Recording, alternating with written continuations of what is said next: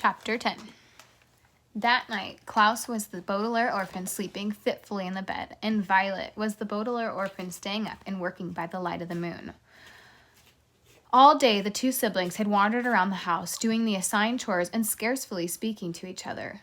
Klaus was too tired and despondent to speak, and Violet was holed up in the inventing area in her mind, too busy planning to talk.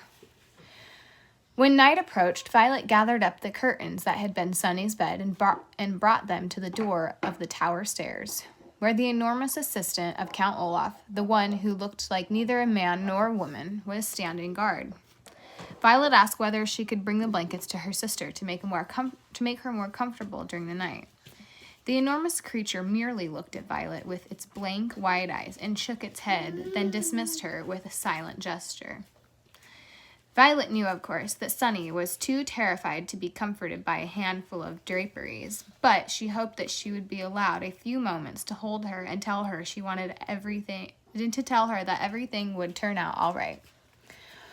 Also, she wanted to do something known in the crime industry as casing the joint. Casing the joint means observing the particular location in order to formulate a plan. For instance, if you are a bank robber, although I hope you aren't, you might go to the bank a few days before plan to rob it.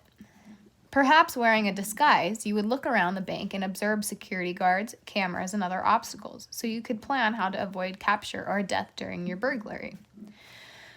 Violet, a law-abiding citizen, was not planning to rob a bank, but she was planning to rescue Sunny and hoping to catch a glimpse of the tower room in which her sister is being held prisoner. So it made her plan more easy. But it appeared that she wasn't going to be able to case the joint after all. This made Violet nervous as she sat on the floor by the window, working on her invention as quietly as she could. Violet had very few materials with which to invent something, and she didn't want to wander around the house looking for more for fear of arousing the suspicions of Count Olaf and his troop. But she had enough to build a rescuing device. Above the window was a sturdy metal rod from which the curtains had hung. Violet took it down, using one of the rocks Olaf had left in a pile in the corner. She broke the curtain rod into 2 pieces. Then she bent each piece of the rod into several sharp angles, leaving tiny cuts on her hands as she did so. Then Violet took down the painting of the eye. On the back of the painting, as on the back of many paintings, was a small piece of wire to hang on the hook. She removed the wire and used it to connect the 2 pieces together. Violet had now made what looked like a larger metal spider. She then went over to the cardboard box and took the ugliest piece of clothes that Miss Poe had purchased, and the outfits the Baudelaire orphans would never wear, no matter how desperate they were. Working quickly and quietly, she began to tear these into long, narrow strips and tie these strips together. Among Violet's many useful skills was a vast knowledge of different types of knots. The particular knot she was using is called the Devil's Tongue. A group of female Finnish pirates invented it back in the 15th century and named it the Devil's Tongue because it twisted in a way that in a most complicated and eerie way. The Devil's Tongue was a very useful knot, and when Violet tied the cloth strips together end to end, she formed some sort of rope. So she has some pointy metal piece that looks like a spider and a rope. What do you think she's building? As she worked, she remembered something that her parents had said to her when Klaus was born, and again when they brought Sunny home from the hospital. "You are the eldest Baudelaire child," they had said kindly but firmly. "And as the eldest child, it will always be your responsibility to look after your younger siblings. Promise us that you will always watch out for them and make sure they don't get into trouble." Violet remembered her promise and thought of Klaus, whose bruised face still looked sore, and Sunny dangling from the top of the tower like a flag, and began working faster. Even though Count Olaf was, of course, the cause of all this misery, Violet felt as if she had broken her promise to her parents and vowed to make it right.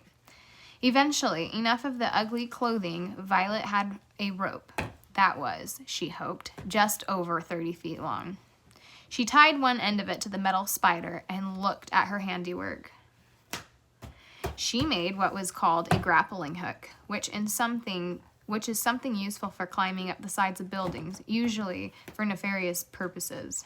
Using the metal end of the hook onto something at the top of the tower and the rope to aid her climb, Violet hoped to reach the top of the tower, untie Sunny's cage, and climb back down. This was, of course, a very risky plan, both because it was dangerous and because she had made the grappling hook herself, instead of purchasing it at the store that sold such things. But a grappling hook was all Violet could think to make without a proper inventing laboratory, and time was running short. So here's a picture of what the grappling hook looks like that she made. So you can see these are the pieces of the curtain rod. There's the wire from the back of the picture, and then all the clothing pieces.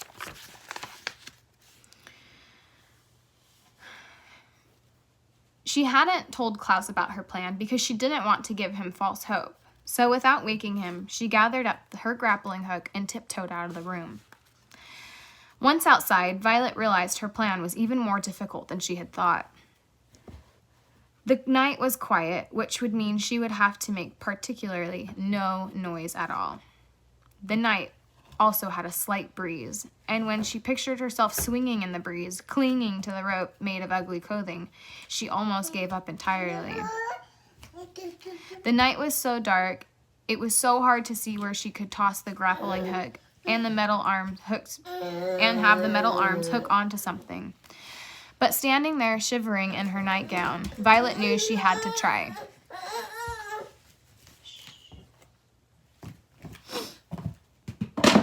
Using her right hand, she threw the grappling hook as high as and hard as she could and waited to see if it would catch onto something. Clink!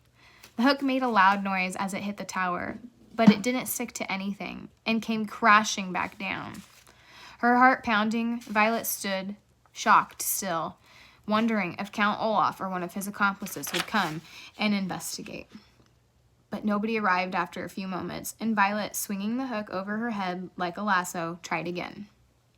Clang, clang! The grappling hook hit the tower twice as it bounced back down to the ground.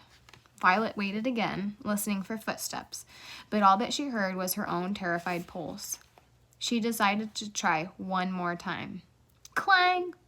The grappling hook hit the tower and fell down again, hitting Violet hard on the shoulder. One of the arms tore of her nightgown and cut through her skin, biting down onto her hand to keep from crying out of pain. Violet felt the place in her shoulder where she had been struck, and it was wet with blood. Her arm throbbed in pain. At this point in the proceedings, if I were Violet, I would have given up. But just as she was about to turn around and go inside, she pictured how scared Sunny must be, and ignoring the pain in her shoulder, Violet used her right hand to throw the hook again.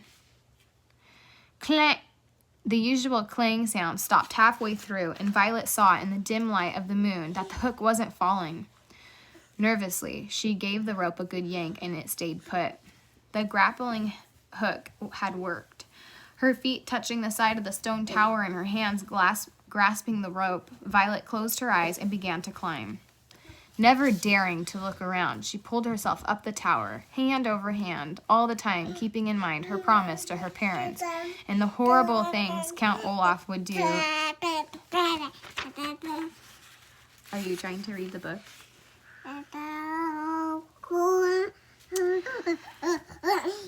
Okay.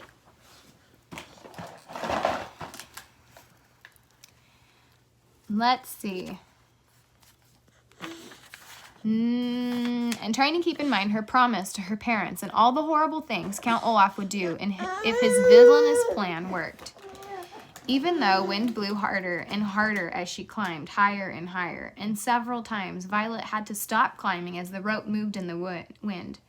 She was certain at any moment the cloth would tear or the hook would slip and Violet would be sent tumbling to her death. But thanks to her avid inventing skills, Everything worked the way it was supposed to work, and suddenly Violet found herself feeling the piece of metal instead the cloth of rope. She opened her eyes and saw her sister Sunny, who was looking at her frantically and trying to say something past the strip of tape. Violet had arrived at the top of the tower, right at the window where Sunny was tied. The eldest Baudelaire orphan was about to grab her sister's cage and begin her descent when she saw something that made her stop. It was the spidery end of the grappling hook, which after several attempts had finally stuck onto something on the tower. Uh-oh. Violet had guessed during her climb that it had found some notch in the stone, or part of the window, or perhaps a piece of furniture inside the tower room and stuck there. But that wasn't what the hook was stuck on. Violet's grappling hook had stuck on another hook. It was one of the hooks on the hook-handed man. And his other hook, Violet saw, was glinting in the moonlight as it reached right toward her. That's crazy. What do you think's going to happen? What do you think the hook-handed man is going to do? Do you think Violet's going to fall? Do you think he's going to pull her in the tower? What do you think's going to happen? Leave a comment in the comments. If you already know what's going to happen, don't comment. All right.